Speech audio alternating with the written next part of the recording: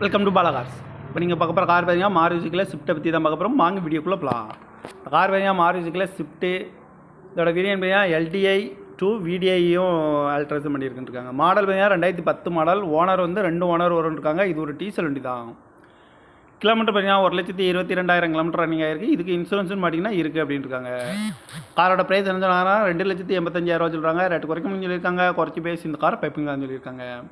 AC வந்துடும், power steering வந்துடும், power window வந்துடும். TN18E3861 அப்படிங்கிற நம்பரில் தான் இந்த கார் இருக்குது அப்படின்ட்டுருக்காங்க. ஓனர் பார்த்தீங்கன்னா 2 ஓனர் வரும்னு. இது ஒரு டீசல் வண்டி தான். LDI to VDI alteration பண்ணியிருக்குன்ட்ருக்காங்க.